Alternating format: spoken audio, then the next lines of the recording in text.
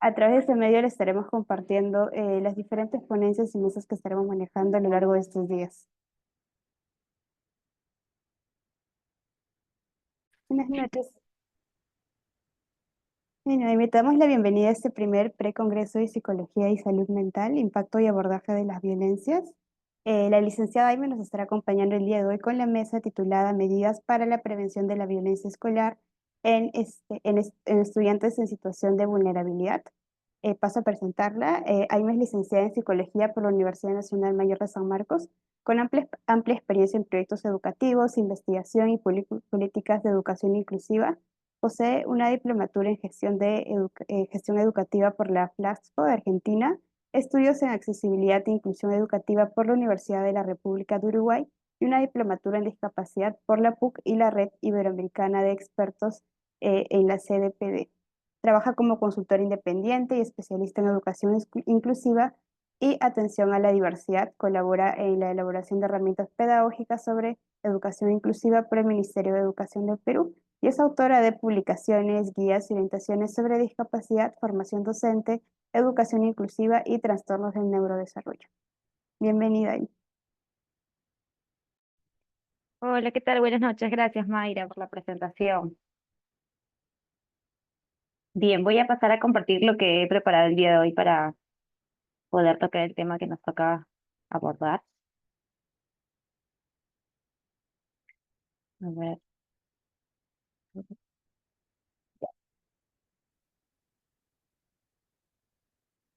Bien. Bueno, en primer lugar agradecer este espacio. Espero que también pueda darles algunos aspectos relacionados al tema que hoy nos reúne en el marco también de la promoción de la salud mental, ¿no? Eh, Este tema que tiene que ver con las medidas para la prevención de la violencia escolar en los estudiantes en situación de vulnerabilidad se enmarca justamente en diferentes marcos normativos, pero también evidencia científica que nos muestra la urgencia que tenemos como sector y como país para poder eliminar esas barreras que están todavía en el entorno asociadas a lo que genera pues la violencia escolar, ¿no?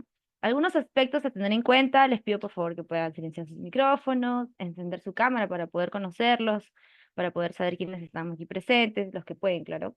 Y las preguntas que puedan desarrollar las puedan desarrollar al final de la presentación para que pueda absolver quizás las dudas o inquietudes que puedan tener. Entonces, para comenzar, aquí les comparto un poco los puntos, los aspectos, cómo se han organizado la presentación del día de hoy. Vamos a hablar en general, de manera muy general, sobre la violencia escolar. Vamos a centrarnos en aquellas poblaciones vulnerables que son aquellas que pueden experimentar mayores barreras educativas y algunas medidas y acciones que podemos tomar en el marco de una educación inclusiva, ¿no? Que es lo que es la respuesta que nos puede ayudar a poder eliminar esta situación. Y para comenzar, quería compartirles un pequeño video, así que lo voy a reproducir. We decided to conduct A ver, ya, sí. En inglés, así que solo les pido que lo sigan. A ver, está cargando. We decided to conduct an experiment and created two absolutely identical playrooms.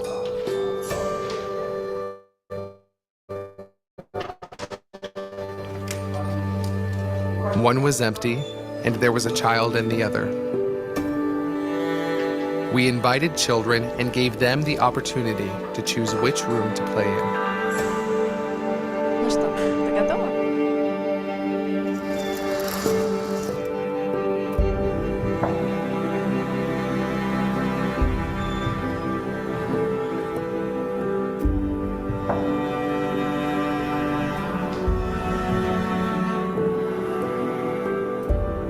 In the process of growing up, children's opinions are influenced by society and their parents. Their perception of the world depends on adults.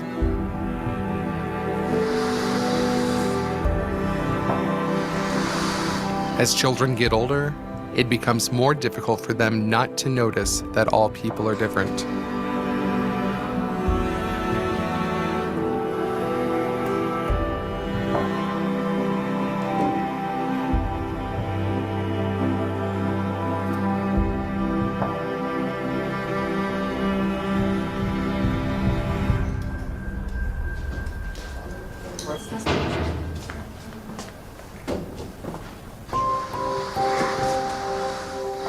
As for little kids, they do not see the difference between children with special needs and those without.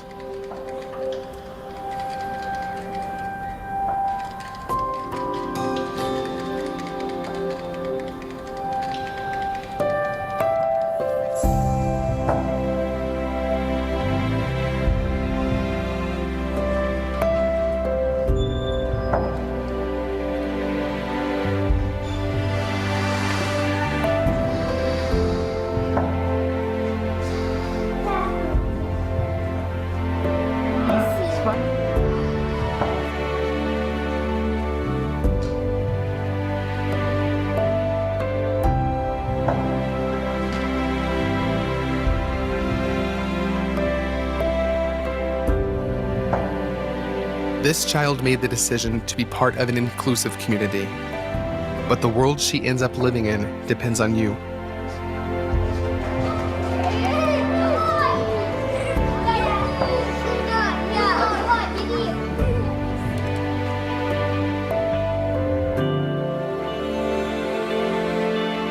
Teach your children what they've taught you.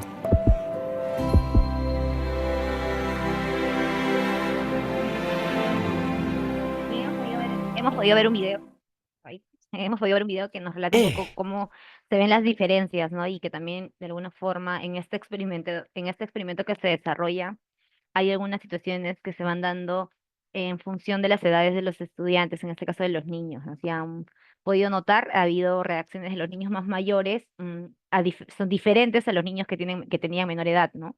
Y eso tiene que ver mucho con la pirámide de la violencia, ¿no? De alguna manera sabemos que hay situaciones que de alguna manera van creciendo y en diferentes entornos, por ejemplo, como vimos en el video, de alguna forma hay situaciones de estereotipo, prejuicios que se van generando desde muy pequeñas edades. Entonces, y esas son justamente dentro de la pirámide de la violencia, las primeras que se van construyendo, ¿no? Y si recordamos este video, vemos que los niños, por el entorno en el que se encuentran, en este caso, pues puede ser la familia, la escuela, pues van aprendiendo algunas formas de interactuar, de relacionarse, ¿no? Y de alguna manera para poder eliminar la violencia que hay en las escuelas y la violencia en general como problema estructural, tenemos que comenzar desde la base, eliminando esos estereotipos, esos prejuicios o esas ideas preconcebidas que existen a partir de las diferencias que tenemos entre las personas para poder disminuir la violencia que se da hoy en las escuelas. Y bueno, antes de pasar a esta parte, también como parte de esta pirámide que es bien conocida en el campo de los que desarrollan o analizan el tema de la violencia escolar, pues hay algunos otros aspectos que vemos más arriba, ¿no? Como la discriminación, la violencia entre pares, la violencia física, y en lo más arriba que esperamos que no, que se pueda limitar, ¿no? Que de y prevenir sobre todo que es el genocidio, ¿no? Entonces, en esta pirámide vemos que hay un aspecto muy importante que tenemos que trabajar y podemos hacerlo de manera preventiva en las escuelas, que es eliminar los estereotipos y los prejuicios. Y esto tiene que ver muchas veces con las ideas que todavía tenemos en la mente, en este caso, en el ideario de las personas, ¿no? Y eso tiene que ver con el concepto de barreras educativas. Todavía hay barreras en el entorno que de alguna forma están limitando que algunos estudiantes, niños y niñas o adolescentes puedan desarrollarse en un entorno en igualdad de oportunidades, ¿no? Y puedan desarrollar aprendizajes. Y una primera barrera que se presenta, como lo vimos en la pirámide, son esos estereotipos y esos prejuicios con los que vienen y los que de alguna manera se van adquiriendo en el desarrollo y se van adquiriendo de la sociedad, ¿no? Entonces, yo los invito a hacer este ejercicio. Esta es una rutina de pensamiento, así que les pido que si tienen lápiz y papel puedan anotar y si no en la computadora puedan escribir. Primero lo que vamos a hacer es escribir o pensar en este caso 3 ejemplos de barreras que ustedes consideren. Lo primero que se les venga a la mente, no necesitamos todavía definirlo. Luego piensen en 2 barreras que ustedes hayan vivenciado en su vida diaria, su vida cotidiana, y luego con sus propias palabras definan qué es una barrera en este caso para ustedes, ¿no? Entonces, los invito a hacer ese ejercicio. Si quieren lo pueden compartir en el chat. Les voy a dar un minutito para que lo puedan desarrollar y luego quizás alguno se anima pueda compartirlo. Entonces, primero piensen en 3 ejemplos de barreras, las que crean que para ustedes significa barreras. Luego Dos, que ustedes hayan vivenciado en su vida personal, en su vida académica, en su vida profesional. Y luego, el último paso es que escriban y definan qué es para ustedes entonces una barrera. ¿Sí? A ver, vamos a dar un minuto para que lo hagan. Y los que hayan terminado, quizás puedan hacer un gesto, una señal para saber que ya terminaron.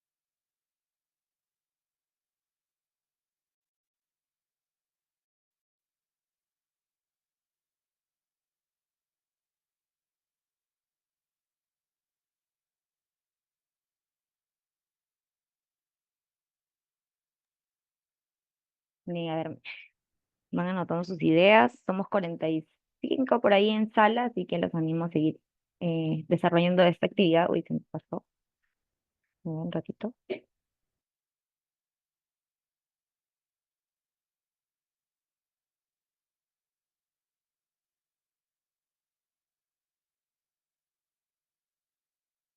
Y ahí está. Los que están anotando.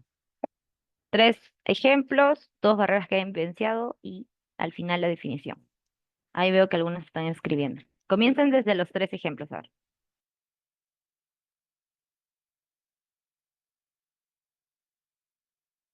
Ahí, por ejemplo, Flor está comentando un ejemplo para ella.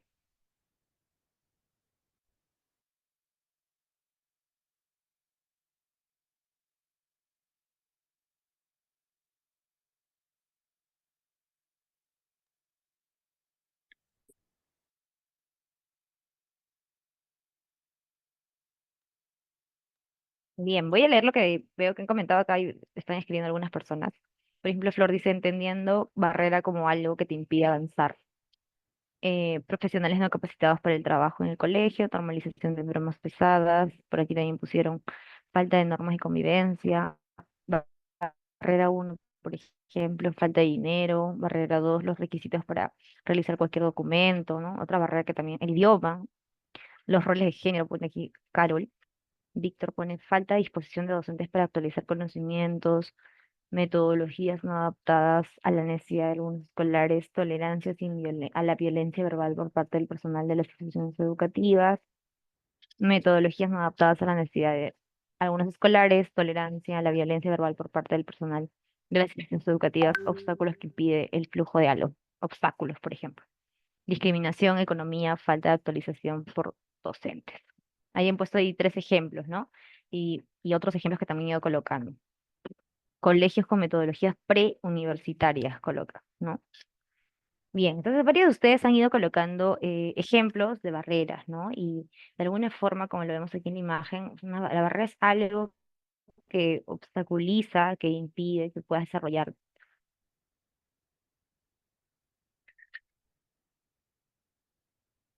Bien, entonces aquí he traído justamente qué entendemos como barreras educativas, ¿no? Mel Ainscough dice que las barreras son aquellos factores que están en el contexto que de alguna manera van a impedir o limitar el pleno acceso a una educación para todos. Hoy en día tenemos definido lo que significan las barreras educativas en el contexto educativo y las definimos como obstáculos que pueden ser temporales o permanentes, ¿no? Por ejemplo, la discriminación. Si es que yo desarrollo estrategias para eliminar la discriminación, ese obstáculo se va a, de alguna manera, va a dejar de existir, ¿no? Entonces, es una barrera. Entonces, los estereotipos, los prejuicios, son barreras, ¿no? Que están en el entorno y que van a limitar que las personas puedan desarrollarse en plenitud, ¿no? Sobre todo en el ámbito educativo, va a limitar el acceso, la permanencia, la participación, el desarrollo de competencias y en muchos casos que terminen los estudiantes sus estudios en este caso. Y sobre todo, ¿quiénes son las poblaciones que van a, de alguna manera, enfrentar mayores barreras en lo largo de su desarrollo educativo? Son aquellos estudiantes que están en situación de vulnerabilidad. ya sea por género, pobreza, discapacidad o alguna otra condición. Las barreras se pueden definir en cuatro tipos. Unas pueden estar asociadas a la accesibilidad. Por aquí alguien dijo, en sus ejemplos puso pues, em, acá lo leí por aquí. Uf,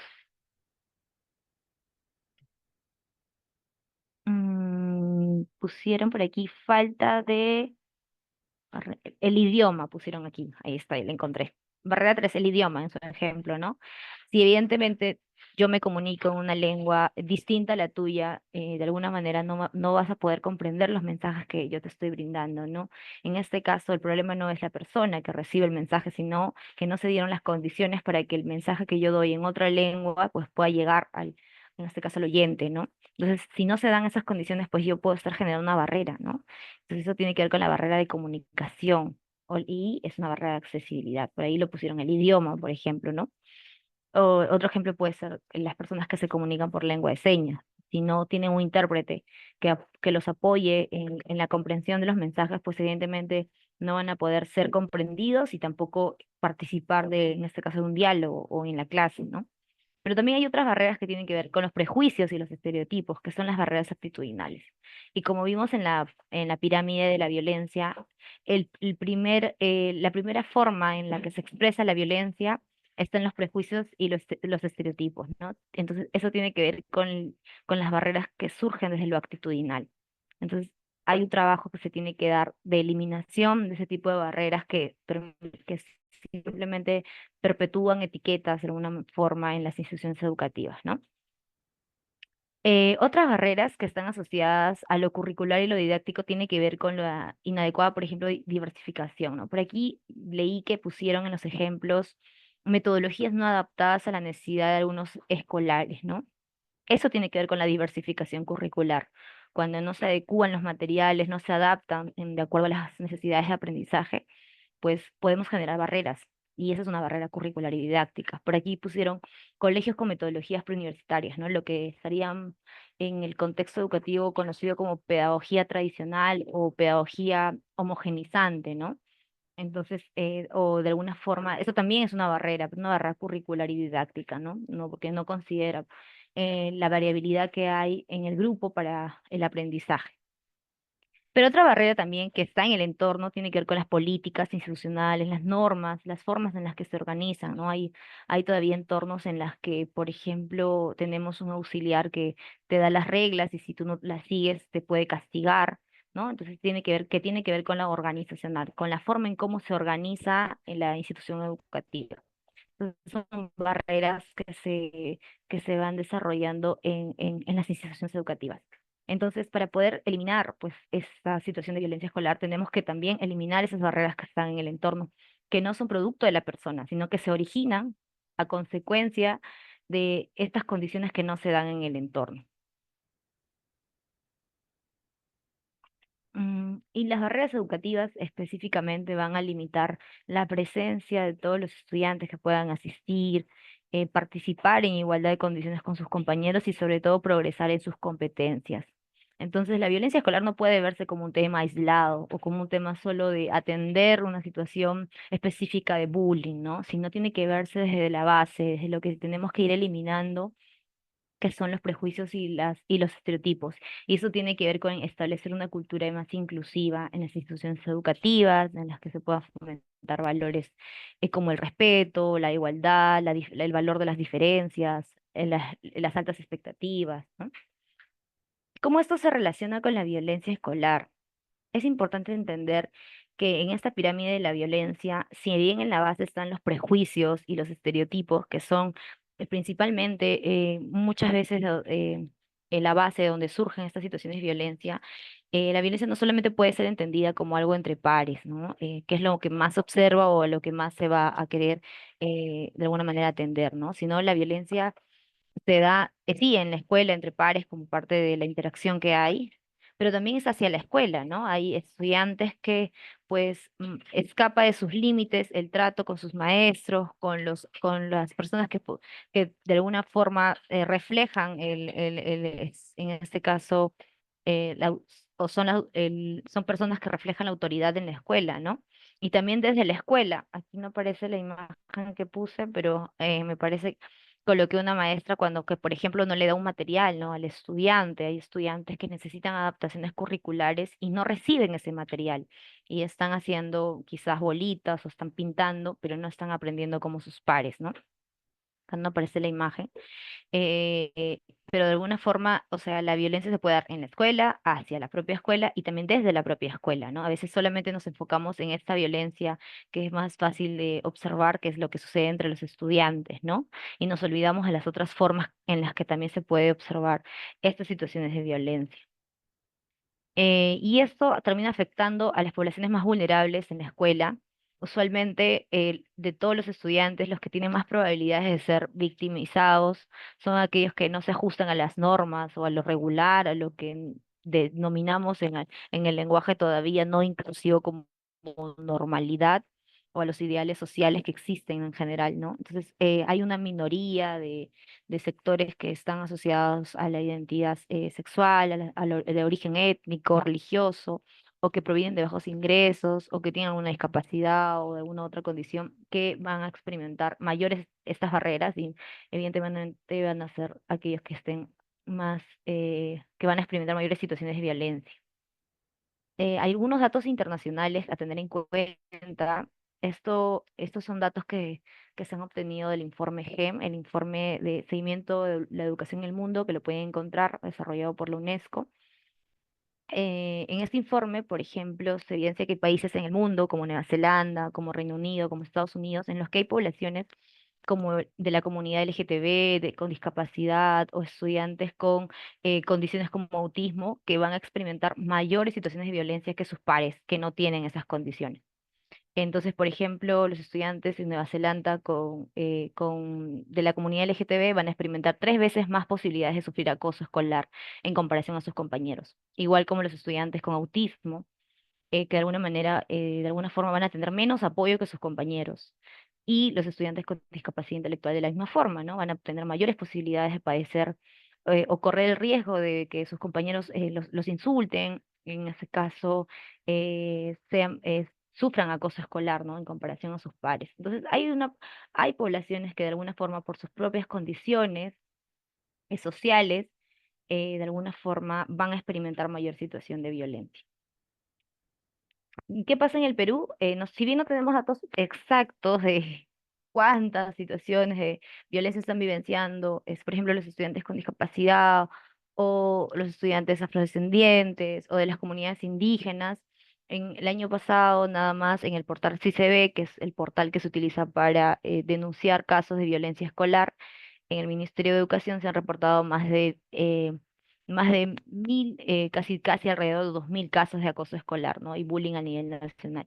Entonces, entre los casos que se pueden observar también son los casos que enfrentan los estudiantes con discapacidad, ¿no? Que de alguna manera incluso los medios de comunicación los reportan de manera muy equivocada, ¿no? Porque, por ejemplo, en esta noticia dice que la víctima que tiene un diagnóstico y yo lo he tapado porque no es correcto que hablen del retraso mental, vienen sufriendo situaciones de hostigamiento, ¿no? Lo correcto sería decir discapacidad intelectual en esta noticia, por ejemplo. Y eso se debe a la falta también de conocimiento de los medios de comunicación y en general de la sociedad de cómo debemos comunicarnos o dirigirnos hacia estas personas, ¿no? Y las ideas o las creencias que se tienen alrededor de estos estudiantes también se reflejan en la escuela, porque hay niños, niñas que los van a ver como diferentes y al mismo tiempo los van a tratar distintos, ¿no?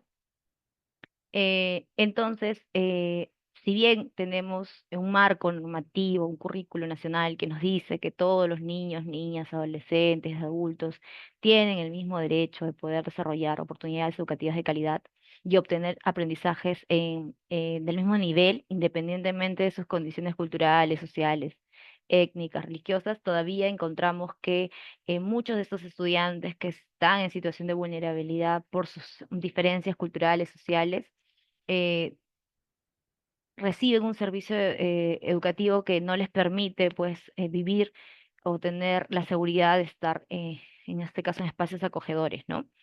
Y ahí viene la importancia de trabajar la prevención de la violencia escolar, ¿no? Y eso tiene que ver con la promoción de una cultura escolar inclusiva. Todos los ideales que se promueven desde la educación inclusiva ayudan a prevenir la violencia escolar, ¿no? Porque el acoso y la violencia en la escuela son situaciones de exclusión, y cuando hablamos de inclusión, estamos hablando de una escuela que por el contrario tiene que, en este caso, eliminar estas situaciones de exclusión. Entonces, cada vez que promovemos la educación inclusiva, estamos promoviendo al mismo tiempo la eliminación de la violencia escolar. Y eso es muy importante porque, por ejemplo, el informe GEM, que yo les comentaba desde un inicio y les daba algunos hallazgos que se encontraron sobre la violencia escolar, ya nos refleja de que hay estudiantes que han enfrentado situaciones de acoso en la escuela, ¿no? ¿Qué medidas podemos tomar? Uy, aquí parece que no sé. Ahí, acá está. La primera medida que hay que tener en cuenta es la promoción de la educación inclusiva, entendiéndola como una medida para poder eliminar todo obstáculo que impida el acceso a la educación. Aquí, por ejemplo, es importante tener en cuenta que el enfoque inclusivo es un enfoque transversal en el currículo nacional. Entonces, no es algo extra, no es algo diferente de lo que el maestro tiene que promover en el aula. Entonces, lo que podemos hacer es, de manera transversal, promoverlo en las prácticas pedagógicas, en las prácticas de gestión, ¿no? Considerando las necesidades, evidentemente, de cada persona. Y reconociendo también de que cada estudiante, pues, tiene que participar y tiene que lograr sus aprendizajes con sus pares. Aunque a pesar de ello haya quizás todavía muchas personas que no tienen acceso a la educación o estudiantes que se encuentran completamente excluidos del sistema educativo, promover una educación inclusiva nos permite eliminar esas barreras, ¿no? Y eso implica un cambio o una transformación de toda la institución educativa.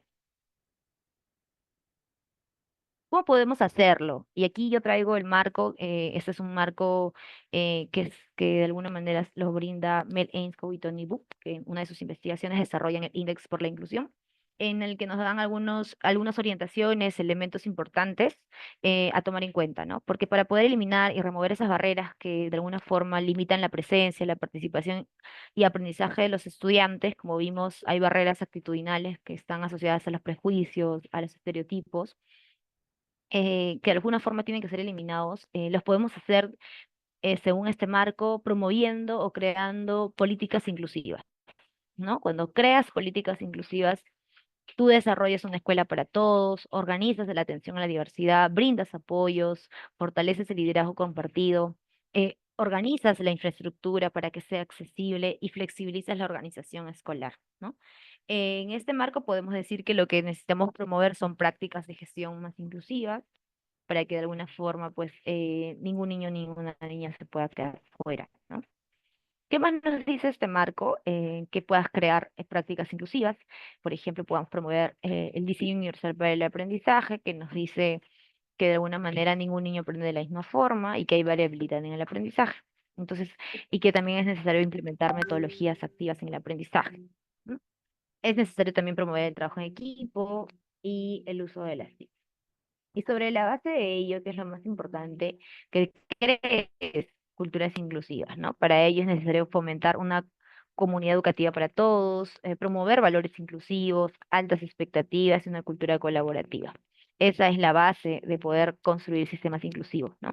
Entonces, ese es un marco en general, evidentemente basado en la evidencia, pero que tenemos que llevarlo a nuestra realidad, ¿no? En qué medida también nuestras comunidades educativas pueden ir incorporando prácticas y culturas. Podemos decir también que a nivel de país hemos avanzado mucho en las políticas inclusivas. Tenemos un marco legal en la actualidad que nos da de alguna forma bastantes medidas y luces para poder instaurar sistemas inclusivos, ¿no? Promoverlos desde nuestras instituciones educativas.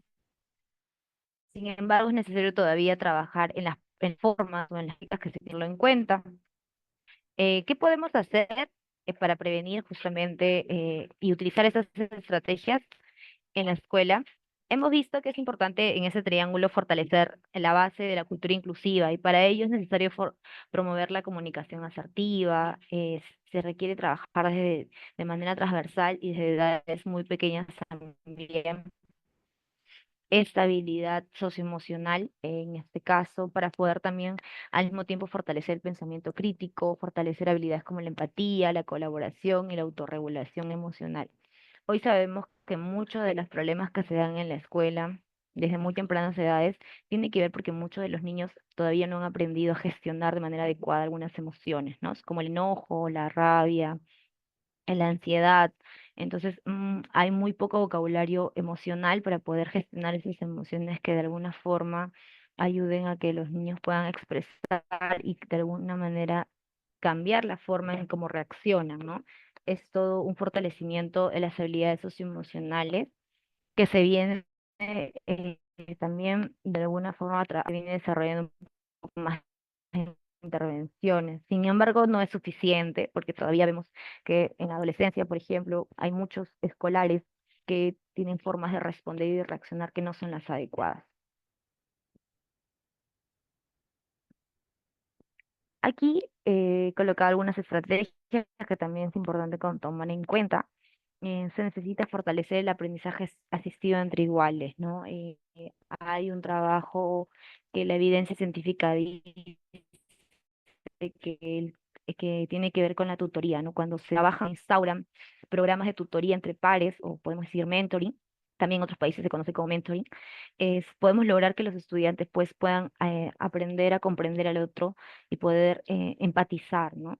También es importante considerar de que se requieren algunos programas de ayuda y estudiantes que de alguna forma quizás requieran mayores talleres de fortalecimiento de habilidades socioemocionales, porque quizás no gestionen de manera adecuada la ira, ¿no? Entonces es necesario considerar eso, ¿no? Otra estrategia también que se puede incorporar son los rincones de recuperación. Hay estudiantes que de alguna manera, pues por la condición que tienen o por la situación en la que de alguna forma se va a desencadenar, necesitan espacios de recuperación en los que, por ejemplo, puedan tener un momento de calma, ¿no? Por ejemplo, en los niveles más iniciales se trabaja mucho el rincón de la calma. Estos son espacios de recuperación porque ayudan a que el estudiante pueda entender de que está bien sentirse molesto, pero hay un momento en el que te vas a calmar y luego vas a regresar a tu actividad. Y si está dentro del aula, pues se naturaliza que cualquiera de los estudiantes puede sentirse de esa manera, ¿no?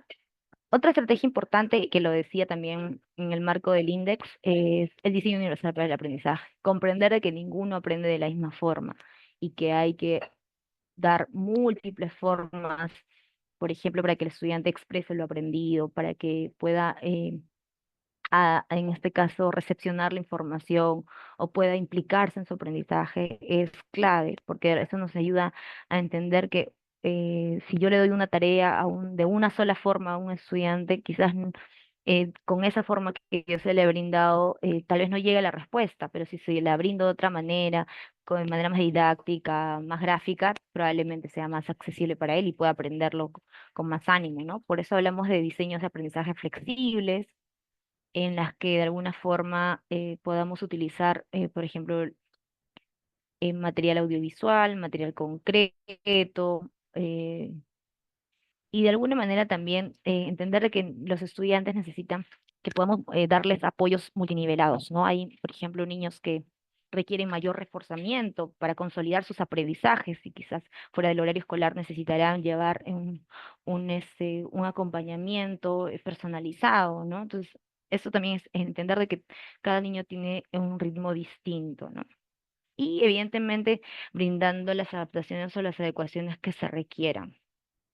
Estas estrategias pueden ayudar justamente a poder atender estas barreras que hemos hablado desde el inicio, que puedan limitar el aprendizaje de los estudiantes. Y bueno, no sé si hasta ahí hay alguna duda antes de ir cerrando esta parte, porque todavía creo que tenemos tiempo. Mm,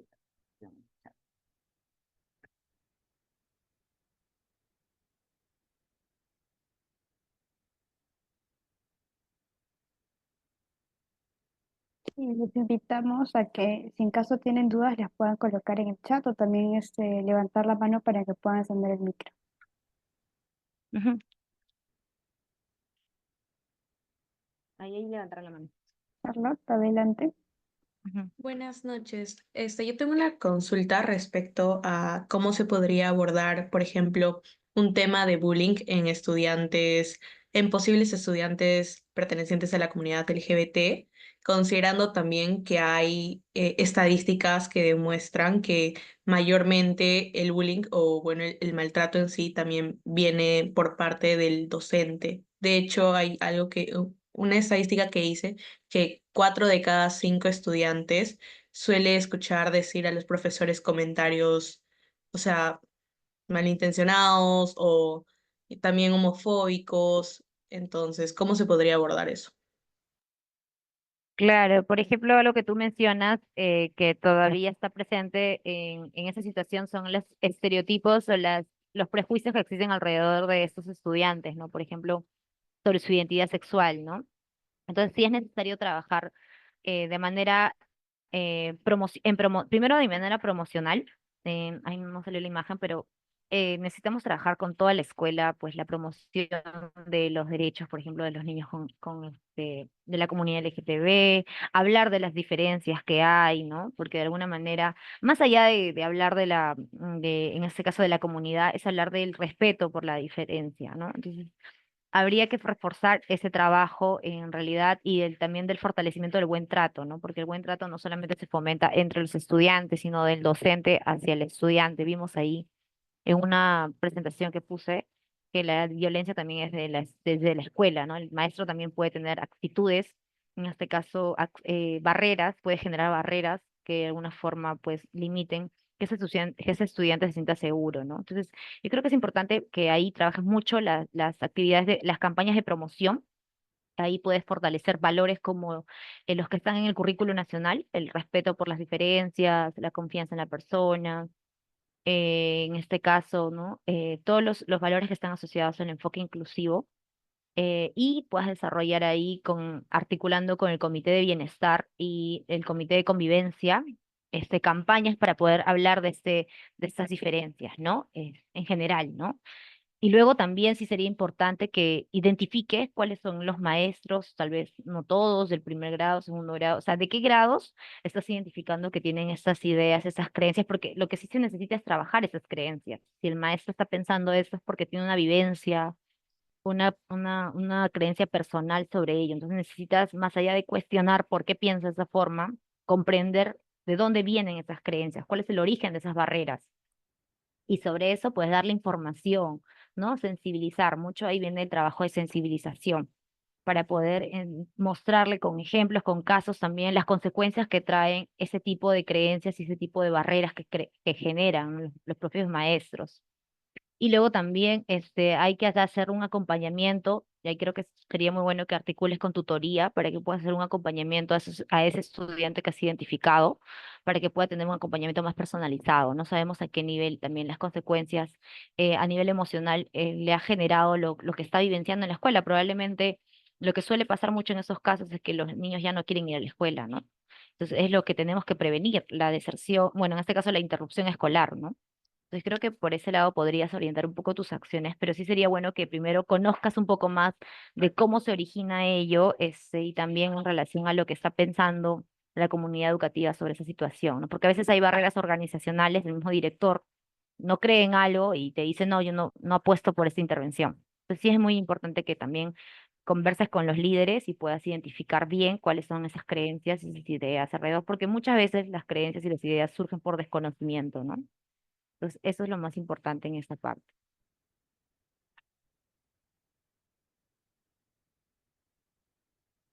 He leído una pregunta en el chat. Acá dice, ¿qué resultados tiene la implementación de estas estrategias en las instituciones educativas públicas? Eh, BN, ya bueno, voy a leer un poco lo que dice. En relación, bueno, sabemos que las intervenciones que mejor funcionan para poder eliminar estas barreras tienen que ser de manera holística, ¿no? No podemos pensar de que solo trabajando con el estudiante vamos a eliminar, en este caso, las situaciones de violencia, ¿no? Tenemos que trabajar con las familias. De hecho, las investigaciones nos dicen de que si trabajamos con las familias podemos lograr mejores resultados. Tenemos que trabajar con los estudiantes, en este caso, también con los maestros, con las personas que son líderes, ¿no? Entonces, ¿qué resultados hay en ese sentido? Un primer resultado que logramos es que los estudiantes se sientan aceptados, no se sientan valorados. Entonces necesitamos mirar qué queremos de esa escuela y sobre ello trabajar, ¿no? Entonces, ahí de alguna forma son algunas eh, ideas que se han ido desarrollando. Acá estoy leyendo otra pregunta. Hola. Mónica pregunta, le llegué tarde, pero quiero saber si tocó el tema de la capacitación del profesorado. ¿En qué sentido? No, no sé en qué te refieres con el tema de la capacitación, porque como el tema de la capacitación es muy amplia. Hay otra pregunta que dice, ¿qué programas o iniciativas exitosas han tenido impacto positivo en la reducción de la violencia en las comunidades vulnerables? En este caso sí es muy importante considerar de que la violencia escolar se atiende de diversas maneras. Una primera forma, hay que promover una convivencia escolar. Lo primero, todo el tiempo hay que promover y desarrollar estrategias. Lo que suele pasar en las escuelas es que se transforma a solo atención de casos, por eso que los reportes de cuando hablamos de violencia escolar son reportes del CICB. Muy pocas son las estrategias que se trabajan a nivel de escuela, previniendo o promoviendo el buen trato, por ejemplo. Entonces, aquí respondiendo a tu pregunta, ¿qué programas o iniciativas exitosas? Por ejemplo, hay un programa que se llama Kiva, que tiene mayor evidencia científica a nivel mundial, que lo pueden revisar en las redes también. En relación a las comunidades vulnerables, es necesario la promoción de la educación inclusiva, porque muchas veces, en este caso, estas poblaciones vulnerables son o viven en situaciones de exclusión porque no son aceptadas, porque no son valoradas o porque simplemente son excluidas o aisladas de su entorno regular, ¿no? Por ejemplo, hay estudiantes con discapacidad que probablemente tengan menos recursos que sus pares para comunicar que alguien les está acosando, que alguien los está hostigando y se quedan callados. No quiere decir que no pase con los estudiantes que no tienen discapacidad, pero pasa en mayor medida con estos estudiantes porque tienen menos recursos o habilidades para poder comunicarlo, ¿no? O de alguna manera se asume que porque tienen una condición no tienen la capacidad para avisar o para comunicar, ¿no? Entonces, ahí la intervención tiene que ser diferente también, ¿no? En el sentido que tenemos que dar mayor foco, mayor acompañamiento a estas comunidades.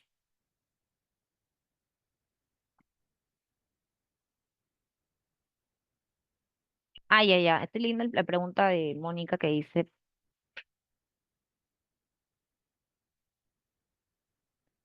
sí, en este caso los programas de capacitación a maestros, primero que tienen que ser formativos, los programas de capacitación pueden ser diversos, pero de alguna forma lo que se necesita son programas de largo alcance, porque hoy en día hay muchos cursos que abundan sobre el tema de inclusión para darles estrategias a los profesores en general, pero de alguna forma no terminan dándole la formación necesaria, ¿no? Entonces, y para poder eliminar las barreras se necesita una formación en el marco de una educación inclusiva. Entonces, ahí sí, lo que mejor podría ayudar es eso, ¿no? Trabajar ese tema y a partir de ello que se comprendan, porque algunos maestros piensan que la barrera está en la persona, ¿no? Y ya hemos visto acá en lo que hemos ido compartiendo que lo que tenemos que eliminar es lo que está en el entorno.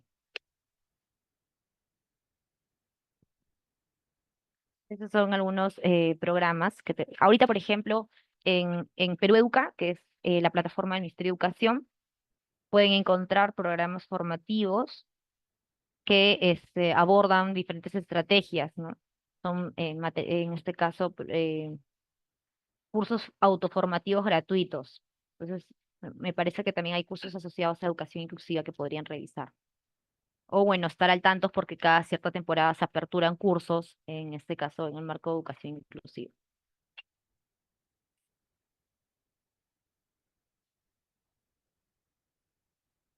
Ujú. No sé si hay alguna otra pregunta. Mm,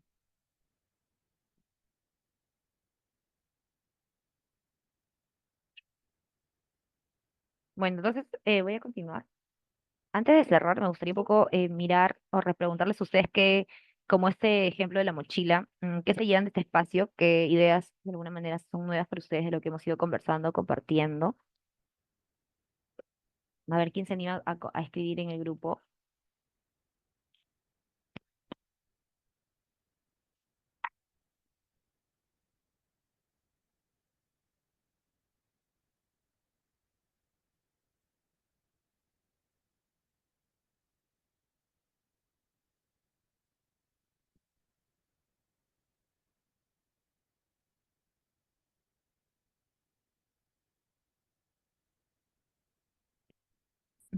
Claro, ahí por ejemplo veo algo que pone Mónica que es muy importante, ¿no?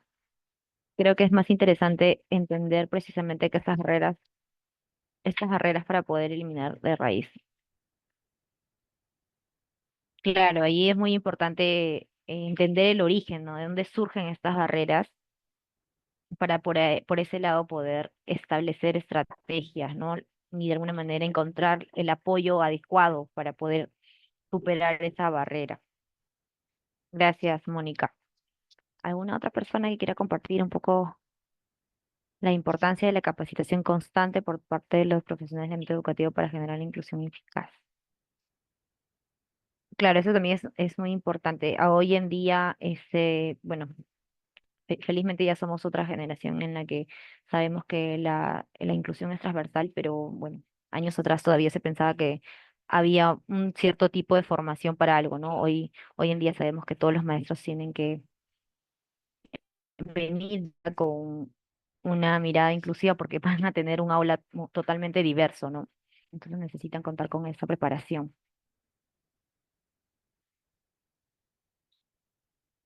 Aquí, por ejemplo, Víctor dice que es un trabajo largo, que se necesita articular el trabajo de todas las partes involucradas, incluyendo los escolares, como parte activa y realizar un feedback constante para la mejora continua. Es muy importante lo que dice porque muchas veces queremos atender el caso problema, ¿no? Siempre las maestras me decían, este niño está peleándose con su compañero y ya lo llevaban al departamento psicopedagógico a ver si le pero de alguna forma estas situaciones porque no se da adopción, no se da gestión entre los estudiantes, entre los mismos estudiantes, fortaleciendo las normas de convivencia, pues termina generándose como algo aislado, ¿no? Llevándolo a otra persona porque yo como maestro no tengo la capacidad probablemente, o la tengo, pero no la he de alguna manera desarrollado para solucionar o ayudar a solucionar este conflicto en el aula, ¿no? Entonces, sí es muy importante lo que dices, ¿no? Tenemos que involucrar a los estudiantes porque son ellos los que tienen que cuidar el espacio de aula para poder aprender a convivir juntos, ¿no? Bien, entonces, no sé si hay alguna otra idea, sino con eso estaríamos cerrando este espacio que hemos tenido así cortito para poder hablar sobre las medidas de prevención en un marco también de educación inclusiva. Es importante tener una reflexión y un actuar en la inclusión, ¿no? Y a entender que la educación inclusiva no es algo aislado, ¿no? De lo que de alguna forma es todavía en el imaginario de algunas personas está, sino por el contrario, nos ayuda a, por ejemplo, eliminar problemas que están en nuestro entorno como la violencia, ¿no? La violencia es un problema estructural y se observa en las escuelas como violencia escolar, pues necesitamos articular de diferentes formas y con diferentes agentes para poder, en este caso, eliminarla.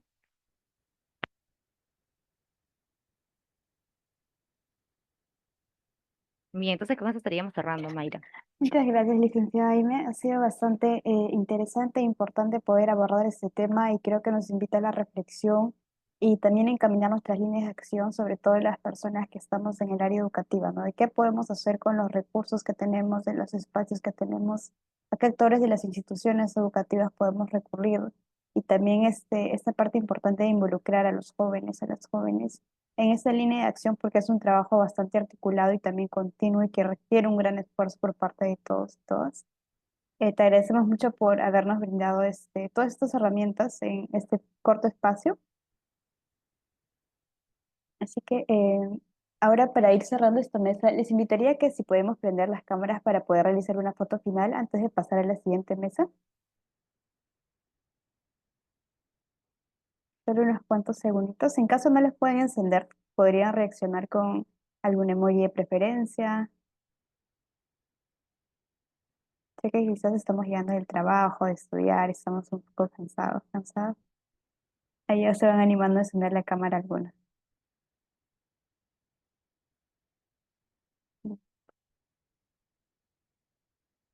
Vamos a dar unos segunditos más.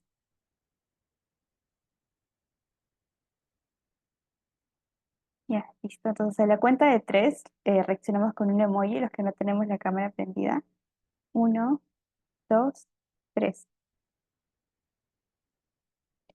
Listo, a ver, vamos a realizar una foto más.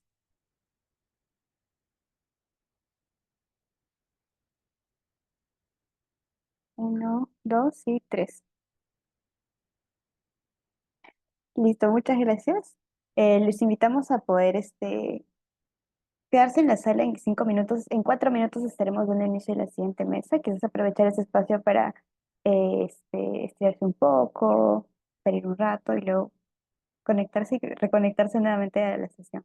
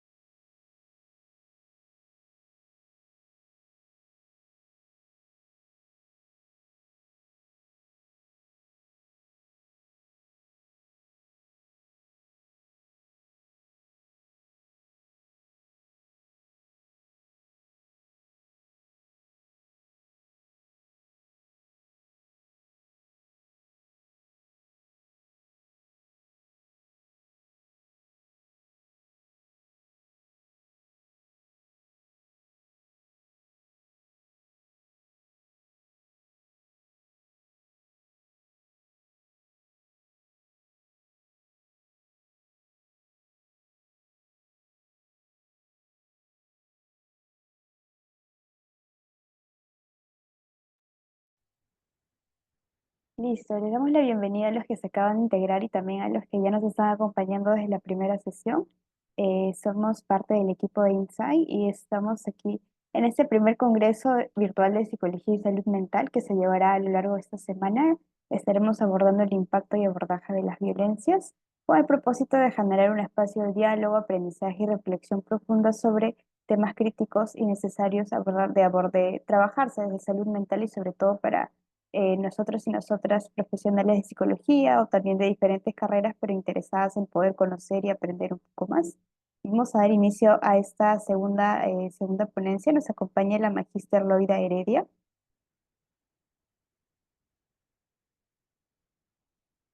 Loida está por ahí. Hola, buenas noches. ¿Me escuchas, Mayra?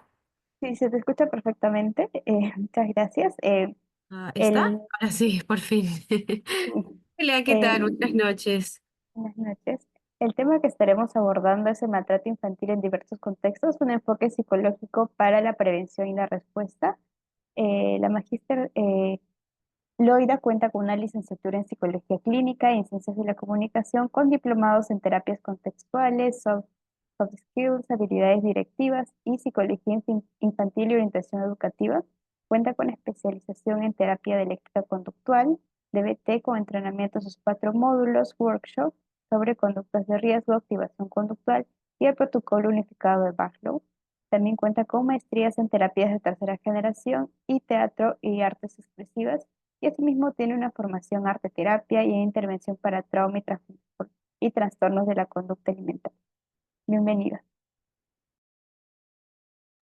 Hola, Mayra. Buenas noches con todos. Gracias en verdad por la oportunidad. Gracias también a IMSI por esta oportunidad de poder de hablar un tema realmente muy vulnerable e interesante para mí también. Así que nada, no vamos a perder tiempito en esto y continuar para que así nos alcance también el tiempo en esta noche. Gracias a todos los que están conectados.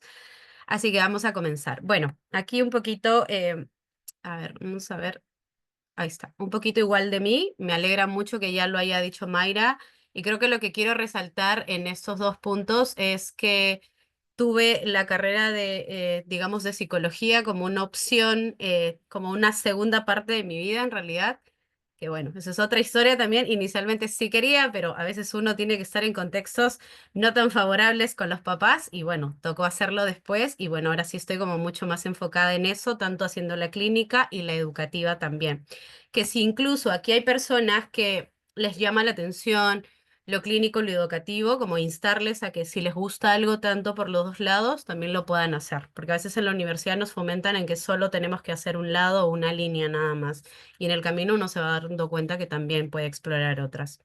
Y bueno, voy a adentrarme ahora sí con esta, me gusta este filósofo estadounidense lo que dice con estas preguntas. Quiero aperturar esta parte con esto, ¿no? Y donde nos dice ¿cuál es el significado de la infancia? ¿No? ¿Qué significa el hecho de que el ser humano llegue al mundo más desvalido que cualquier otra criatura y necesite durante un periodo mucho más prolongado que cualquier otro ser viviente el cuidado cariñoso y el sabio consejo de los suyos? Aquí me gustaría un poquito como ya sea ver quizás en el chat o por ahí alguna participación, si quieren abrir micro también, están bienvenidos como que les lleva a reflexionar un poco, ¿no? Lo que dice esta frase. No sé si les llega a hacer pensar en algo, ¿no? En cómo la etapa justamente que estoy trabajando ahora con este tema nos invita un poquito a mirar cómo están las infancias en la actualidad, ¿no? De qué manera a veces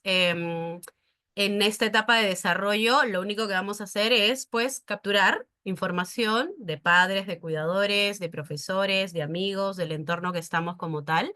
Y me gusta esta frase en la parte que dice, llegamos al mundo más desvalido de cualquier otra criatura, es decir, porque somos dependientes, cuidados por quienes nos toque que nos cuiden, ¿no? A veces no necesariamente van a ser los papás, a veces también son otras personas que van a estar ahí para nosotros.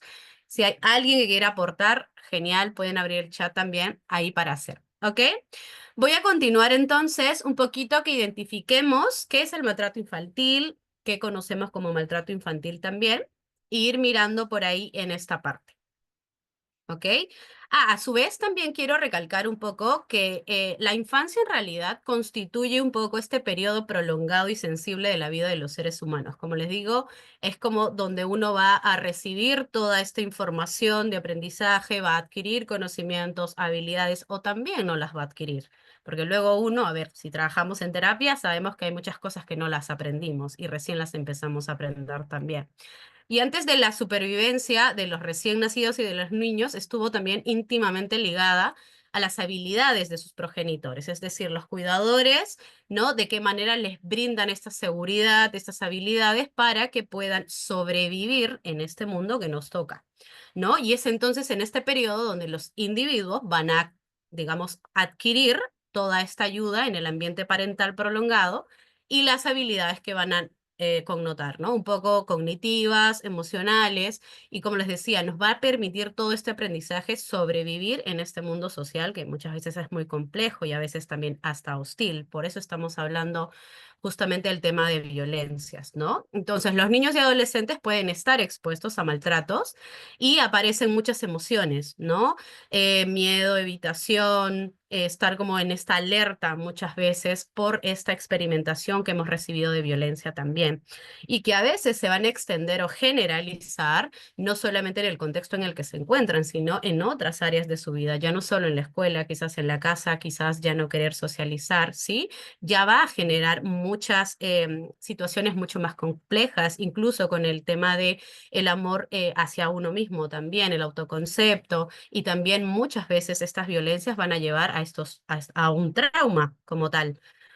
Entonces, quiero que miremos un poquito qué es cómo lo define la OMS todo el tema del maltrato infantil, ¿no?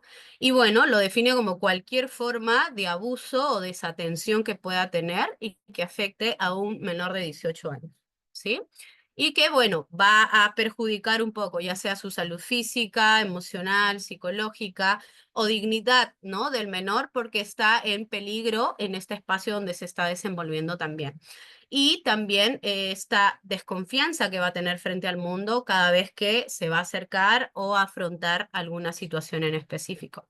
Ahora también quiero que miremos un poco con respecto a los tipos que se pueden encontrar. Si bien es cierto, aquí están algunos, puede quizás alguno que está trabajando haber encontrado algunos otros, pero los más generales podrían ser con respecto al maltrato físico o afectivo, el abuso sexual como tal, la desatención, la negligencia también que pueda ser, o la explotación comercial que tiene que ver un poco como todo este tema de trata también de personas, ¿no? Entonces aquí va a haber mucho el contexto en el espacio donde se encuentran. Sé que hasta donde veo es un poco el abordaje también desde lo educativo, pero digamos que esto va a ser como un mapeo general de cómo se podrían estar mirando con respecto al maltrato infantil en general.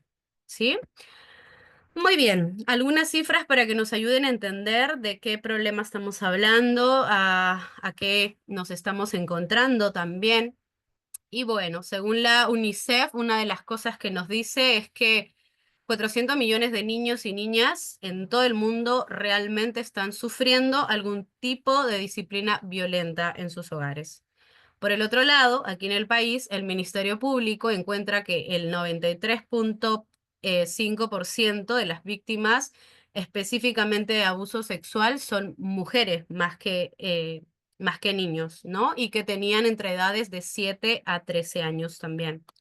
Y por otro lado, también respecto a los cuidadores, uno de cuatro madres o cuidadores principales afirman que el castigo corporal es necesario para criar y educar adecuadamente a los niños, según lo que menciona UNICEF. Entonces, en la actualidad, si bien es cierto, tenemos mayor material, mayor conocimiento, todavía las cifras siguen siendo bastante altas con respecto al maltrato infantil. Ahora vamos a ver algunas estadísticas, que esta la saqué el del Servicio de Atención Urgente aquí en el país, o lo que viene a ser el reporte del programa Aurora, donde estas cifras bastante nos van a demostrar a cada uno de nosotros los tipos de violencia que se van reportando solamente en el año 2024. Y algunas tienen que ver con respecto a violencia económica, violencia física, psicológica también, o violencia sexual. Y uno, las flechitas que he marcado con ustedes, es lo que quiero denotar un poco como el nivel de violencia física entre las edades de 12 y 17 años llega solamente hasta ahora a ser 475 casos. Y respecto a violencia sexual, justamente en estas edades también, la cantidad de 774. No significa que las otras edades no sean relevantes porque, como verán, también siguen siendo bastante altas. Solo que me llamaba la atención mucho en este inicio de adolescencia cómo puede llegar a ser bastante afectado este desarrollo a una siguiente etapa, ¿no? No solo la niñez, sino también ahora trastocar un poco este desarrollo en la adolescencia, donde justo también hay como esta poda, digamos, como este despliegue de independencia de ser niños a ser adolescentes y llega a recibir esta violencia en este rango de edades las personas también, en este caso los niños. ¿Sí? Y en la siguiente estadística, en este siguiente cuadro, quiero que veamos juntos un poquito de cómo la violencia física también, ¿no? Ha sido como la más alta, digamos, de mes a mes. Me gustó este reporte de casos atendidos que se ha tenido y nuevamente, el que lleva como el mayor grado de presentaciones, siendo un total de 2.476 casos, viene a ser específicamente en violencia física, ¿no? Luego sigue la psicológica, luego sigue la violencia sexual también como tal. Entonces, vamos denotando con esto que todo el tema de maltrato sigue siendo aún una problemática que abordar, que mirar, que entender y que, ¿por qué no?, prepararnos para también ser parte de este cambio diferencial en los contextos que cada uno de nosotros nos encontremos también. Muy bien, vamos a continuar ahora. Me gustaría mirar con ustedes esta pregunta, ¿no? ¿Por qué es importante abordar todo el tema de maltrato infantil? Quizás muchas personas que están acá incluso hayan vivenciado algún tipo de violencia, ¿sí? A veces no somos exentos a haberlo vivido, haber sido también nuestra propia historia de aprendizaje,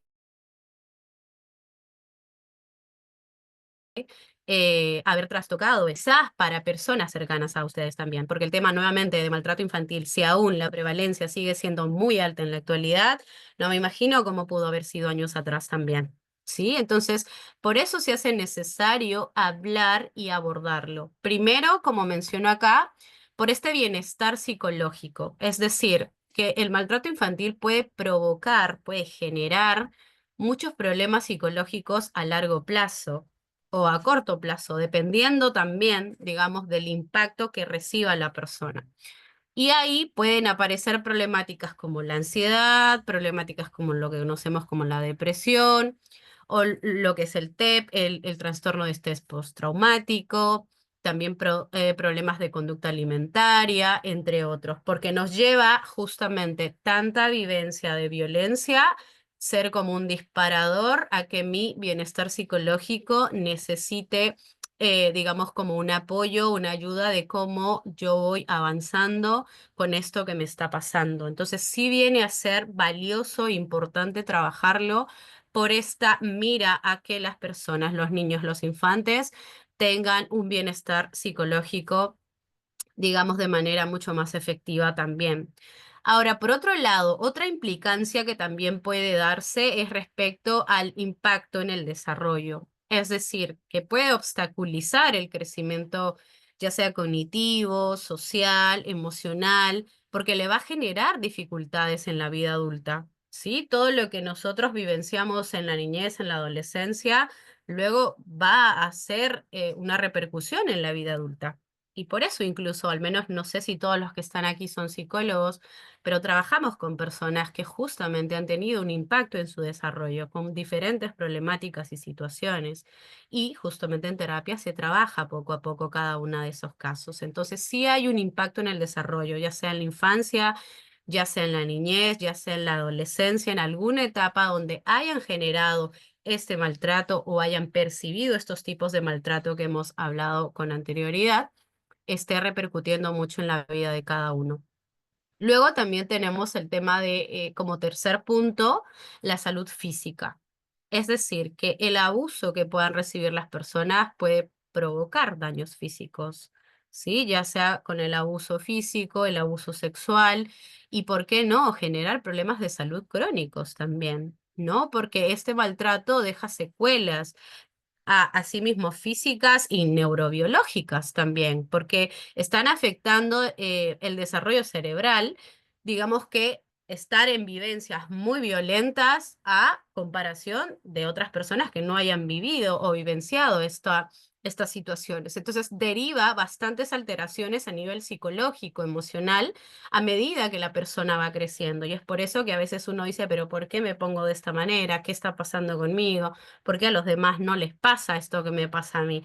Porque hay un aprendizaje de dolor, de violencia que he percibido y bueno, a veces me toca, digamos, o me cuesta mucho afrontar la vida que estoy viviendo y eso pasa mucho con los menores. En la actualidad, yo estoy haciendo Serum. Este primer año está, bueno, dio el Estado la oportunidad de poder hacer en centros educativos y justo me toca, estoy en un colegio que curiosamente también es católico y es solo de mujeres, y recibo muchos casos con respecto a violencia física en específico, y también, digamos, psicológico, ¿no? Entonces, sí uno va notando cómo desde que han pasado ciertas situaciones, su atención cambia en el estudio, también cambia su manera en cómo se relaciona, cómo se aísla, cómo elige mejor no contar, no decir, y eso conlleva incluso a ya no querer estar con vida en muchos casos, ¿no? Porque es tanto el impacto que llega a vulnerar a las estudiantes, a los estudiantes,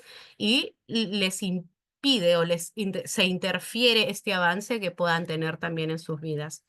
Y bueno, como cuarto punto también tenemos respecto a las consecuencias sociales. Como les decía, ya van a tener dificultades con las relaciones, con las habilidades sociales o incluso van a elegir vivir en soledad emocional, ¿no? Es como, si, a ver, mis cuidadores no pudieron ayudarme, sostenerme, ¿por qué lo haría alguien más también, ¿no? Entonces eligen no pedir ayuda, eligen, porque es la manera como se protegieron en el momento de violencia también, y por eso es costoso un poco romper esto de que alguien más los puede cuidar, de que alguien más los puede sostener. Entonces las consecuencias sociales se van dando y interfieren esta capacidad para conectarse con otros, para confiar en otros, porque lo primero que se pierde tras uno recibir un proceso violento es a no generar la confianza con los demás, ¿sí? Y nos cuesta funcionar en esta sociedad que nos pide, pues, socializar bastante con los demás, en todas las áreas, en los espacios donde nos encontramos.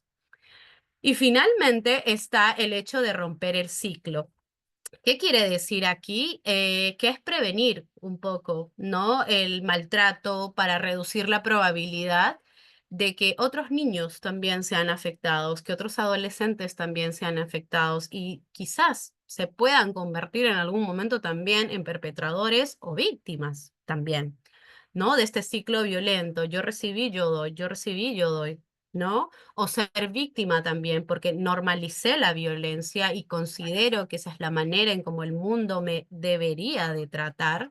Y percibo eso y tolero eso y me cuesta cortar relaciones, me cuesta salir incluso de situaciones violentas y lo normalizamos, ¿no? Y eso pasa mucho también en las escuelas con el tema de estos mensajes o cosas, o el tema del ciberbullying, o estos mensajes, o a veces los empujones que se dan, pero Miss, porque a mí eso es lo que me dicen, Miss, pero es que esto no, es que esto es normal, nosotros nos pegamos así, ¿no? Entonces se normaliza a veces la manera y convivencia de que simplemente hay que movernos de esa manera, o hay que tratarnos, hay que decirnos las palabras que nos decimos sin repercusión alguna, porque se normalizó la violencia dentro de nosotros. Entonces, que alguien vaya y amablemente los trate, para ellos es un mensaje diferente, es un mensaje nuevo. Incluso el tema de la compasión, el autocuidado, es bastante reducido, porque no aprendieron a hacer eso. El espacio donde crecieron fue bastante violento, y es lo que saben, y es lo que conocen, y es lo que normalizan también. ¿Sí? Entonces vamos a continuar en esta parte, por eso es que considero que sería muy importante abordarlo.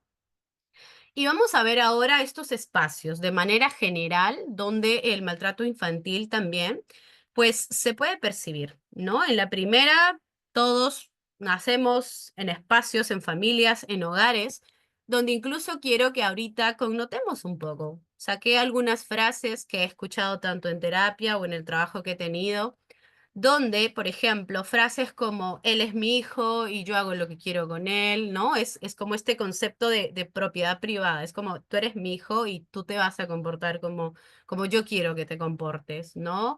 O frases de invalidación, ¿no? No vales nada, eres un error, o no me importa lo que pienses, no eres suficiente, no llores, ¿no? Como que se castra mucho el sentir las emociones, el yo a tu edad también, ¿no? Esas otras frases muy conocidas, yo hacía esto y mira, tú no logras esto o aquello. Y sin querer son frases muy invalidantes, dolorosas y que están emitiendo violencia también. Entonces, el menor lo que aprende es, ok, yo no funciono para esto, no soy suficiente con esto, no les importo a los demás, ¿cómo me van a querer de esta manera? Entonces, el hogar es un espacio donde los menores están aprendiendo justamente todo lo que compete justamente a sus valores, a sus capacidades o simplemente considerar que no las tienen. Porque, a ver, son las personas cuidadoras de ellos quienes están emitiendo estas frases también. En el segundo punto, que otro espacio también donde aprendemos mucho son las instituciones educativas, ¿no? Ya sea con profesores o todo el personal educativo y por otro lado los estudiantes también, porque se van a relacionar con muchos estudiantes en los espacios en el que estén. ¿No? Y entre estudiantes puede aparecer esto de que nadie quiere estar contigo o este rechazo, ¿no? O en la actualidad ahora hay, digamos, como el internet, diferentes redes sociales donde pueden armar grupos y mandarse cosas, ¿ok? Ya está como mucho más abierto muchas veces al control incluso de los colegios, de los padres, con respecto a todo el tema del ciberbullying también, ¿no? O, por otro lado, también frases invalidantes que podríamos recibir por parte de del profesorado en sí, ¿no? Que, no sé, no te dejen entrar a su clase, que eres más que esto, si no sabes déjalo, yo mejor lo hago. ¿no? Frases que nuevamente generan mucha invalidación y que en el menor aprende, bueno, entonces creo que no funciono para esto, no funciono para aquello, ¿sí? Otro espacio que también nos ayuda a mirar es la comunidad en sí, ¿no? En el barrio, en el espacio, en el lugar donde te encuentres, ¿no? En esta socialización que el menor va a tener, no sé, en un parque, en las afueras de su casa, dentro de su casa, con los familiares. Y poco a poco, nuevamente, recibe mensajes como, ya no quiero jugar contigo, nadie es esto, tú eres raro, aléjate, no perteneces aquí, ¿no? O juzgar, si es que algún menor quizás está como aislado, ¿por qué eres así? ¿Por qué no haces esto o aquello? O no deberías de existir, que puede llegar nuevamente estas frases, o en torno al cuerpo también de los menores, ¿no? O también invalidar porque eres débil, porque eres vulnerable, no te deberías demostrar así. Entonces son frases que van a calar muchísimo en el aprendizaje del menor, también con el entorno, en este caso de su comunidad. Y finalmente, el tema de las redes sociales, como les decía, ¿no? Que ahora se da la libertad de cualquier persona puede opinar de ti. Cualquier persona puede decir algo de ti, ¿no? Es como mucho más abierto ahora a que se pueda expresar y exponer libremente sobre lo que creen de ti, porque realmente nadie nos conoce mejor que nosotros mismos también. Y aquí las palabras como, por ejemplo, tú eres así, eres acá, nadie te quiere, tus opiniones no valen, deberías de hacer esto o aquello, son frases que nuevamente siguen reforzando violencia y que a veces la normalizamos y nos permitimos. No sé si les pasa a veces cuando han entrado a redes sociales de una situación, hay gente que entre ellos incluso se pelean, ¿no? Y esto, y yo te digo acá, yo te digo acá, y nuevamente seguimos violentándonos, seguimos digamos, exigiendo de una u otra manera, generando que de esa manera creemos que vamos a resolver algo. Y los menores también, en la actualidad están muy expuestos. ¿Qué menor ahora no tiene un celular? ¿Qué menor ahora incluso no puede entrar a páginas que luego uno dice, pero ¿qué pasó? ¿De dónde aprendió? ¿O qué sucedió? Y hay que hay mucha apertura ahora con respecto a la tecnología también y poco control muchas veces también por parte de sus cuidadores, ¿sí? No sé si hasta acá de lo que voy explicando hay dudas, hay preguntas, para mí me es valioso eso. Y si no, vamos a continuar también. Uy, me sale que mi conexión está inestable. ¿Me escuchan bien ustedes? ¿Sí? ¿Sí? Mayra, ¿me ayudas con eso? Ya, genial, gracias, porque me salió un ratito aquí que me salía inestable. Muy bien, vamos a mirar ahora, en este cortito tiempo que nos queda también, algunos abordajes en maltrato infantil. ¿Ok? Un poco le he querido dar la apertura de manera general y también en lo educativo, que es donde me estoy un poquito mirando también desde este año, como les digo, con respecto al SERUM. Ok, la primera es concientizar sobre educar qué son las violencias, de qué manera se podrían dar. A veces los centros de salud o salud comunitaria también van a ayudar muchísimo en estas campañas de concientización también. Pero qué relevante también es que desde el espacio donde nos encontremos, sea que estés en un colegio, sea que estés en un centro comunitario, sea que estés en el espacio que te encuentres, porque no, vuelvo a recalcar, no sé si todos los profesionales acá son psicólogos o no, tú seas como esta parte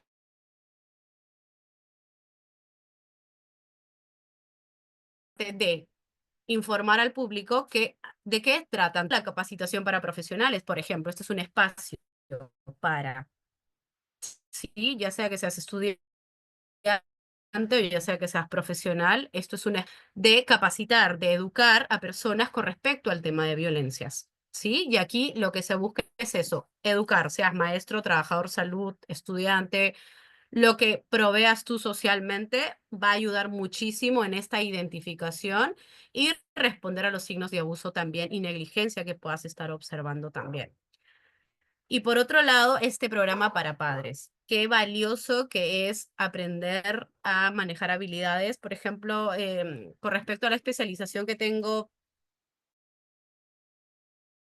que tiene que ver con la DBT, me gusta mucho que enseña habilidades para familias y allegados, por ejemplo, donde los papás, yo no he estado en grupos de habilidades en Perú, pero sí en Argentina, Y algo que me parecía muy valioso era cómo muchos papás aprendían a validar a sus hijos, cómo muchos papás decían y daban testimonio de que les hubiese gustado aprender esto para, como decía uno de ellos, para no meter tanto la pata, ¿no? Porque a veces consideran de que la manera en cómo están educando, pues era lo mejor que habían aprendido, porque nuevamente están repitiendo ciclos nada más. Recibo violencia, doy violencia, recibo violencia, doy violencia, ¿no? Entonces, armar un programa para padres con las habilidades que tengas o en el espacio donde estés, va a ayudar mucho a dar estos recursos, talleres, para cómo los papás también pueden aprender a hacer cosas distintas y no se repita nuevamente estas conductas con los menores.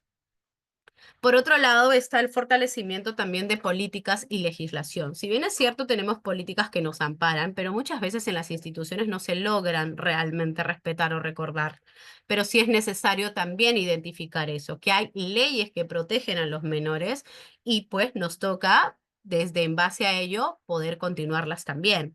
Asimismo, como la implementación de estas políticas públicas también para fortalecer justamente estos programas de apoyo familiar en el espacio donde se estén encontrando cada uno de ustedes. Y finalmente, con respecto a los protocolos de actuación para las instituciones. En lo educativo, por ejemplo, aquí les voy a mostrar estos protocolos. No sé si alguno de ustedes ya lo ha visto o ha trabajado ya con ellos también. Están los protocolos de violencia, en específico en las instituciones educativas, ¿no? Donde, digamos, si tú estás vivenciando, sea que seas estudiante o personal que está trabajando en una institución, o quizás ya sea profesor, director o el de limpieza incluso, ¿no? O una persona que es de tu entorno familiar o cuidador, pues puede utilizar estos protocolos frente a las violencias también, ¿no? Y en el primer protocolo, por ejemplo, lo que nos invita es frente a violencia psicológica y física, si la persona no ha tenido lesiones. Luego también está frente a violencia sexual y física, con lesiones y con armas también. Luego, si quien ha emitido, digamos, la violencia ha sido un personal de la institución educativa, también hay 3 protocolos que nos van a ayudar a identificar cómo se haría esta denuncia o cómo se abordaría también. Y por último, si ha sido por parte de algún familiar o una persona cercana a la víctima, en este caso también. Entonces, estos protocolos lo que nos ayudan es justamente a identificar, porque dentro de los colegios vamos a conocer muchos casos. Nos va a tocar derivar, nos va a tocar afrontar y, digamos, también trabajar y por qué no abordar. Va a depender mucho el rol que a ti te toque también estar dentro de la institución, pero sí un poquito saber de manera general que estos protocolos nos pueden dar mucha luz en cómo seguir trabajando también, y a la vez notar que también muchos colegios van a elegir no utilizar el protocolo, porque, a ver, si es demandante hacer todo el formulario, ir, sustentar, hacer la denuncia, requiere pasos, digamos, para ir a trabajar. Y se los digo porque dentro del colegio en el que estoy, prefieren, por ejemplo, no escoger utilizar el protocolo. No es como resolvámoslo nada más acá, porque es demandante todo lo demás, ¿no? Pero qué valioso es que realmente, si incluso no se va a utilizar el protocolo, ok, ¿cuál va a ser la manera de intervenir? Porque el menor no se puede quedar, está en un espacio violento donde requiere una atención. Entonces, estos protocolos nos ayudan a avalar muchísimo en cómo vamos a intervenir también según la casuística que se vaya encontrando. Por otro lado, también está, para los que trabajan en educativo, el tema de las denuncias por el CICD, ¿sí? Entonces, hay una manera en cómo te indican que se puede realizar. Por ejemplo, en el colegio en donde estoy, hay un espacio donde se llama el departamento de AIP, y ahí es donde, digamos, hay una persona encargada específicamente para ayudarnos con todo el tema de denuncias. Y sí ha habido denuncias específicamente a profesores también, algunos han sido entre chicos también, porque, ojo, lo puede hacer cualquier persona, lo puede hacer el papá, lo puede hacer el cuidador, lo puede hacer el menor, lo puede hacer también quizás algún profesor, quien está evidenciando que hay violencia, del tipo de violencia que se pueda dar, ¿no? Física, psicológica, emocional, frente a algún caso determinado de violencia también que haya podido observar, lo puede hacer, ¿no? Entonces, lo que te indican es entrar a la plataforma, reportas el caso. Sí es cierto que son varias cosas que tienes que rellenar, tanto tú como persona, tanto de a quién estamos como denunciando, reportando también. Entonces nos ayuda mucho a que este reporte al menos esté sustentado de que sí hubo violencia y sí pude reportar esto también como ayuda, digamos, a la persona, ¿no? O el número en línea que está en la parte de abajo, que también es la manera en cómo podemos reportar o que alguien nos pueda ayudar si el caso, digamos, no lo podemos abordar nosotros directamente también, ¿no? Esa es otra manera. Y bueno, como tercer punto aquí estaría todo lo que tiene que ver a la acción interinstitucional, es decir, no solo quedarse con el colegio, también puede ser el tema del centro de salud, comunidad, el hogar, no, quizás también un área jurídica, quizás si esto pasa a un caso, digamos, de denuncias también legislativas. Entonces, va a ayudar mucho, nuevamente, saber el caso, inculcarnos un poquito hacia dónde nos podemos mover y generar estas redes de apoyo para que la situación en sí no solo quede ahí el menor vulnerado, sino poder ayudarlo y apoyarlo con alguna intervención, ya sea nuevamente centro de salud, educación, la denuncia, el espacio donde se encuentra, la familia también se apoya o no apoya, ¿sí? Uno va observando de qué manera puede integralmente intervenir también. Y por otro lado está el centro de salud integral, ¿no? También que ahí estaría un poco el centro, los centros comunitarios, por ejemplo, ¿no? Que nos ayudan mucho en esta atención que puedan brindar a los menores según la problemática que aparezca. Y por otro lado están las intervenciones preventivas también y de apoyo familiar, ¿no? Es decir, que las familias también requieren esta orientación de saber cómo abordar, de saber cómo continuar, si el menor está en riesgo o no, ¿no? Cómo también proseguir en este acompañamiento, no sé si sea por lado psicoterapéutico o dentro de estas líneas también de acción en los centros comunitarios, porque sé que dentro de los centros comunitarios también lo pueden hacer de manera grupal las intervenciones o familiares también. Entonces hay un poco de cómo se encuentra en el espacio, en el distrito, en el lugar donde se encuentre, que pueda ser lo más acertado, lo más acercado también al menor en que se pueda ser ayudado, ¿no? Como tal. Y bueno, estos dos puntos finales que tiene que ver con la atención y recuperación de las víctimas. ¿Qué quiere decir? La persona que ha recibido o la violencia que haya sido, del tipo que haya sido, pues nos va a tocar buscar un servicio especializado para poderlo ayudar, sea tema de bullying, acoso sexual, ciberbullying, violencia física, psicológica, emocional, de qué manera puede ayudarse al menor, ¿no? Ya sea atención médica, psicológica, ¿no? Porque lo que estamos buscando es la recuperación y rehabilitación integral del menor. Incluso, ¿por qué no? Si ha sido un episodio traumático, pues recibir un abordaje desde esa línea, ¿no? Trabajado en trauma como tal. También están los programas de acompañamiento, ¿no? Post-intervención, es decir, sigo, continúo, cómo va la recuperación del menor o de la víctima que ha percibido todo este tema de violencias. Y por otro lado está la rehabilitación de los agresores, porque muchas veces nos quedamos solo desde el lado de la víctima. Y a la vez, si trabajamos con los agresores o con los perpetuadores, en este caso, podemos reducir que continúen nuevamente repitiendo el ciclo de violencia. Entonces, se puede trabajar también con programas de tratamiento para estos agresores, ¿no? Porque en medio de todo son seres humanos, que si bien es cierto están dañando, pero requieren también trabajo, porque nuevamente, si no, se sigue repitiendo digamos, el ciclo, ¿no? Y bueno, obviamente, si hay que mirar bajo ley y asumir alguna responsabilidad, totalmente va a tener que hacerlo también. Eso no quita que si comienza terapia o trabaja no tiene que, digamos, también asumir las responsabilidades o modificar este comportamiento que ha estado teniendo también, ¿sí?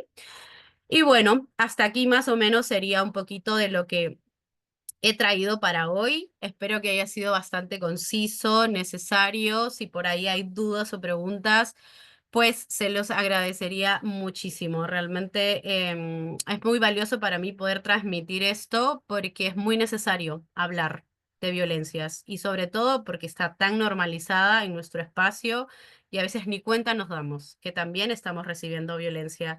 Y bueno, es porque también a veces nuestro entorno así lo ha favorecido, ¿sí? Así que nada, no sé, Mayra, me dices cómo sigue esto. Y muchas gracias, Leoida, por habernos compartido toda la información. Consideramos que es importante abordar las diferentes formas de violencia y sobre todo en esa edad tan crítica como es la infancia, ¿no? Y también sobre las diferentes herramientas que se puede trabajar a nivel institución o con lo que contamos actualmente. Entonces, les damos pase a los participantes y las participantes para que puedan hacer sus preguntas vía chat o levantando la mano y prendiendo el micrófono. Vale. Una consulta, comentario que quieran hacer. Creo que por ahí Víctor escribió en el chat.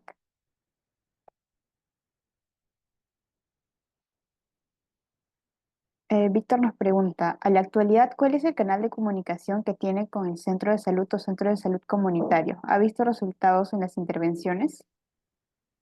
Hasta el momento yo, por ejemplo, no he trabajado con derivación a centros comunitarios, porque, digamos, el abordaje que lo ha tenido es, nosotros hemos como trabajado con el menor, con los papás, y los papás han elegido, digamos, como que el menor reciba tratamiento psicológico privado, no tanto desde el centro de salud comunitario como tal. Yo sí he trabajado dentro de un centro de salud comunitaria un tiempo, pero fue en la parte de prácticas. Entonces, por ejemplo, yo estoy en el distrito de Chorrillos, porque me imagino que no todos los distritos van a tener el mismo abordaje tampoco. Y aquí lo que trabajaban era de que había como una ronda de personas, digamos, que necesitaban algún tipo de ayuda psicológica, pero lo hacían de manera grupal. Entonces, las personas como que estaban sentadas ahí, emitían las problemáticas que tenían y ahí estaba como un psicólogo, un psiquiatra, también había un médico. Entonces, yo solo te podría decir o mencionar desde esa experiencia, más desde lo que viene a ser práctica, pero no desde la actualidad, porque en el colegio donde sí estoy trabajando, como te digo, mayormente viene a ser de que las papás están buscando un poco a llevarlos como afuera porque tienen como esta desconfianza de que realmente funcione para ellos el tratamiento con respecto a lo que viene a ser este centro de salud comunitaria. Es lo que te podría decir, Víctor.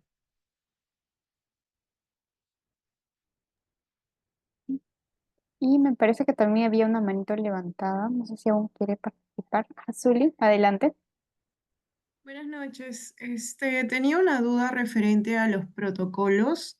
Ujú. Em, Justo, bueno, he trabajado en colegios y también dentro de la capacitación que daba la misma Minedu o los OGELES, donde asistía, porque soy parte del bienestar también del colegio donde trabajo, asistían muchos docentes, ¿no? Y referían, por ejemplo, que cuando ellos aplican el protocolo como tal, reportan cualquier tipo de violencia. Ha pasado casos en donde los papás o familiares de las víctimas suelen tomar represalias con con el mismo docente o director. Entonces es algo que preocupa incluso en el mismo colegio, ¿no? Yo hablo también con las docentes, observo casos y yo les pregunto, ¿no? ¿Por qué no me comentó esto? Y me dicen, no, mis, tengo miedo, es que el papito, eso es así. Y bueno, es algo, es una barrera muy grande. Dentro Totalmente de acuerdo. Sí, entonces dentro de esta capacitación también los mismos profesores se mostraban bastante a la defensiva de no poder reportar o cómo hacerlo incluso de manera anónima y todo ello, pero no se podía, ¿no? Siempre se tiene que dejar esto y incluso mostrar evidencia. Yo quisiera saber, no sé si tiene conocimiento por la parte legal, si hay algún tipo de resguardo a las personas que reportan o a los docentes. eh, ¿Y cómo sería en ese caso, no? Porque yo no pude darles una respuesta a los docentes, bueno, en mi colegio, y por lo tanto también siento que ese es una barrera o un filtro malo, ¿no? Por el cual no se reportan estos casos de violencia. Gracias. Ujú. Ok, Zuli, muchas gracias. Te doy toda la razón del mundo, la verdad, porque, a ver, para empezar, cuando uno va a reportar, hay mucho miedo. O sea, y no solo por los psicólogos que están trabajando, que pueden ser testigos de violencia al recibir el caso, sino también, digamos, por las represalias que puedan tener los papás con la institución, como bien describes. Entonces, aquí hay primero que ver cómo aborda, porque no todos los colegios abordan de la misma manera. Si bien es cierto, están los protocolos, está la manera en cómo se tiene que comunicar, el testigo, está involucrado un poco el tema del director, ¿no? Que va a indagar un poco qué es lo que está pasando, o los profesores implicados también y va a dividir según los protocolos que sean, ¿no? De quién el menor recibió, digamos, la violencia, ¿no? Papás, un profesor o otro compañero. Entonces, es delimitar un poco estos tres. Y luego también trabajar directamente con las personas. Ahora, lo que tú dices sí es cierto. En el colegio donde yo estoy, por ejemplo, evitan llegar a los protocolos.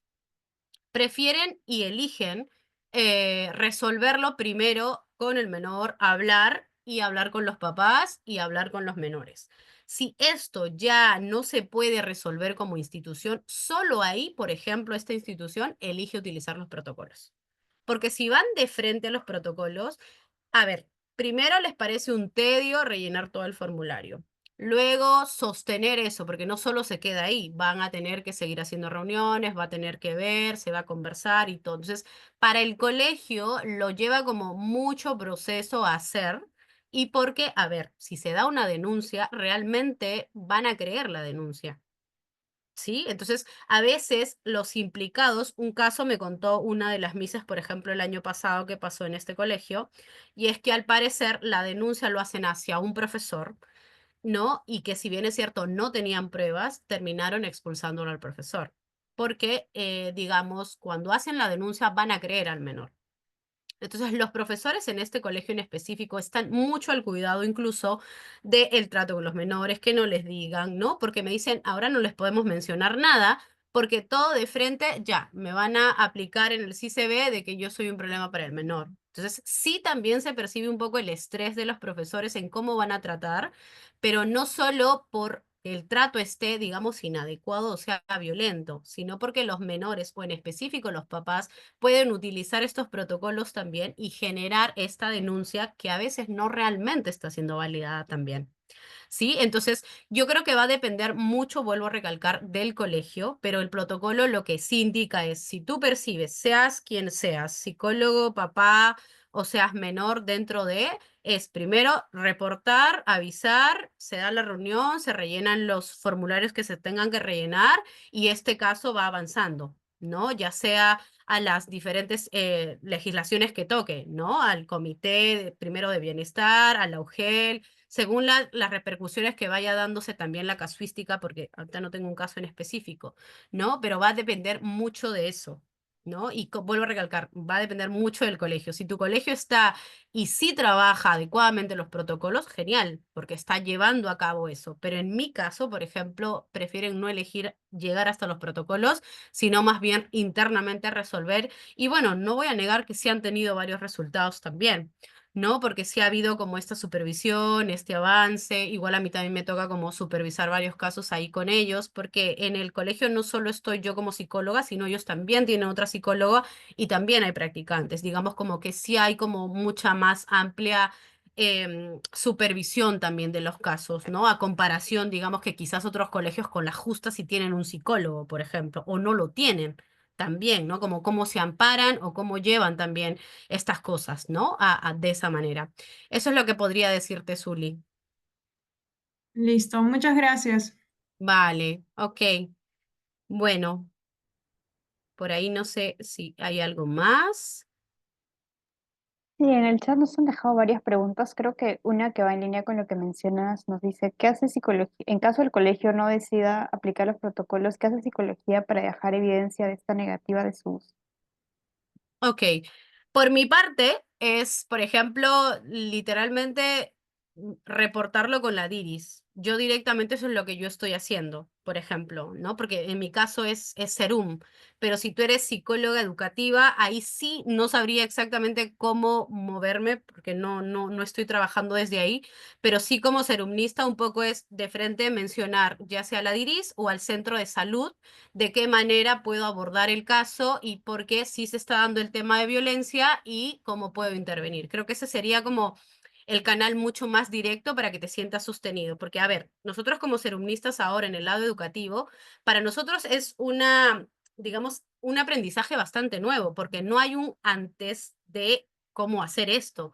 ¿No? Entonces, recién también vamos conociendo los protocolos, vamos interviniendo, porque estamos haciendo clínica dentro de un colegio, literalmente, eso es lo que está pasando.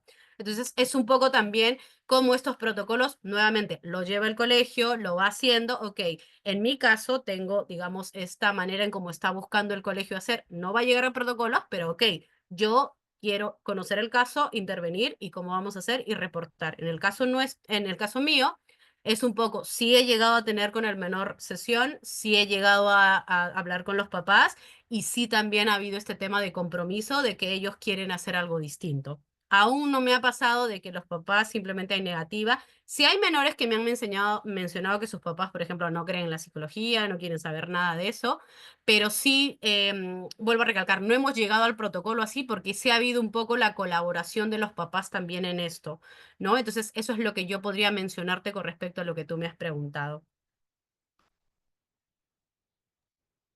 Muchas gracias. Y aquí hay otra pregunta más de Adriana Gutiérrez, que nos comenta que está haciendo prácticas en la DEMUNA y le gustaría saber cómo se podría orientar a niños y adolescentes que sufrieron violencia de parte de padre.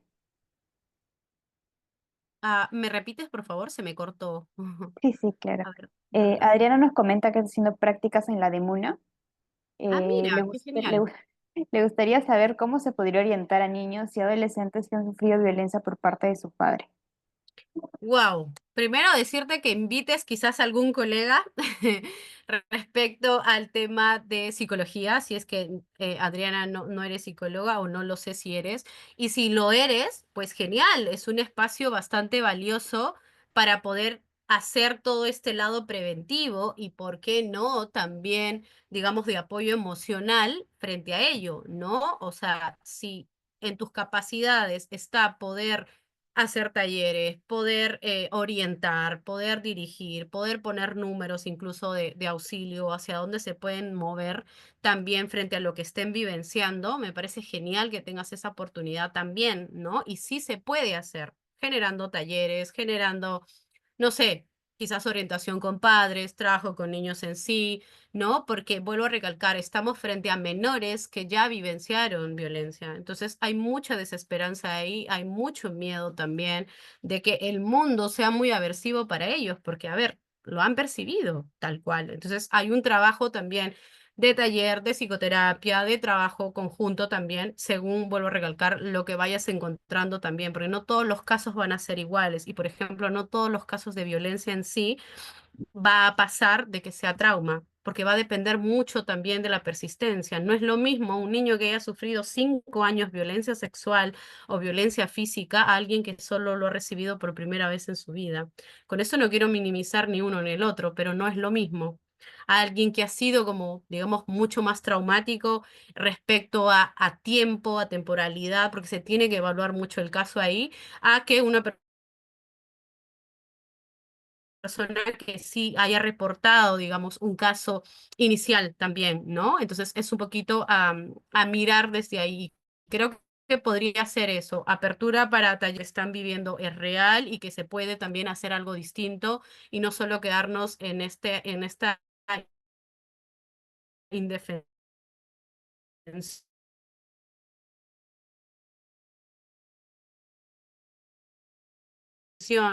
que han aprendido ahí, ¿no? De que no pueden hacer algo mucho que estés ahí también.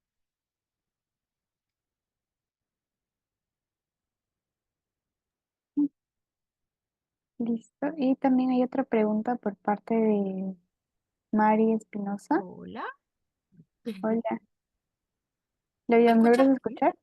Sí, Yo sí, ahora sí, ahora sí. ya, listo. Mari nos deja una consulta en el chat. Quisiera saber si se tiene conocimiento de la Estrategia Nacional para la Prevención Primaria de la Violencia, ya que desde esta estrategia se plantea una serie de acciones presupuestadas de competencias del Minedu. No sé si se han llegado a capacitar al personal en los colegios. Gracias. Al menos en el mío no han hablado de eso. Con las justas y me han aceptado a mí como serumnista. Con eso te digo todo. Porque ni siquiera estaban enterados tampoco a los colegios, por ejemplo, ¿no? Al menos en el que yo me encuentro, no hay o sea, no hay este conocimiento general de cómo van a abordar las violencias. Lo único que sí se maneja, como vuelvo a recalcar, porque sí me han dicho que hay antecedentes del año pasado, es el uso de los protocolos, ¿no? Y que para este año, si bien es cierto, están interviniendo primero en trabajar con el menor, responsabilizar a los papás o a los implicados dentro de si esto no se logra cambiar o dar, pues están interviniendo ya con respecto a los protocolos. Pero no podría darte mayor información, porque al menos en el colegio donde yo estoy no está pasando eso. Ujú. Correcto, y Albert también está levantando la mano. Una pregunta por ahí. Sí, quería comentar algo respecto a lo que mencionaba. Bueno, he visto algunos comentarios bien interesantes como el de Víctor, que habla justo de la labor educativa. Quería comentar también que para el caso del tema de Muna, por ejemplo, es importante siempre tener el mapa de actores, ¿no? Porque esto nos permite tener acceso a la asistencia técnica que algunos establecimientos o instituciones como los comunitarios, por ejemplo, están obligados por alguna forma de hacer como parte de sus actividades extramurales. Entonces, está el CEN mismo, ¿no? Incluso para instituciones de corte privado también participan de manera activa, obviamente previa coordinación, ¿no? Que podría tranquilamente organizar alguien de un establecimiento, por ejemplo, de una demuna, de un colegio. Y creo que esto es muy importante porque muchas veces, como dijo Loida, terminamos haciendo clínica dentro de un colegio, lo cual no era la idea de los psicólogos por colegio. O sea, esa no era la idea digamos, desde la política pública, ¿no? La idea era como que, ok, vamos a prevenir, hacer prevención, al igual que los comunitarios, ¿no? Se terminan convirtiendo en pequeños hospitales cuando la idea no es esa. La idea es hacer un tipo de acción, un modelo comunitario, por ejemplo, en ese caso. Y bueno, entonces eso quería comentar. Y también una cosa más, me comentó algo muy interesante, Mari Espinosa, sobre la estrategia nacional. Em, yo creo que el problema de las estrategias o las políticas que se aprueban, primero es que no sé si, por ejemplo, hay un reglamento, o decir, si está como que totalmente disgregado ese detalle. Y segunda, pues, no sé si es el de Mujeres Libres de Igualdad, porque yo no, así como el nombre como está, no lo conozco, y si Mari por ahí nos puede dar una ayuda. Porque hay uno que es de los 2022, no sé si es ese el que mencionas, pero sí tengo entendido de que no sea... Ah, sí, ese es, ok. Tengo entendido de que ese es un presupuesto bien general, o sea, no solo es para el tema de colegio, o sea, abarca todo, violencia de género en general. Exactamente. Ya es como otras edades incluso. Ujú. Sí, o sea, de ahí seguramente habrá actividades, ¿no? Para los colegios y demás. Yo seguramente que sí, pero bueno, nada, eso quería comentar. Gracias y bueno, ahí les dejo los comentarios. Vale. Gracias a ti, Albert, también.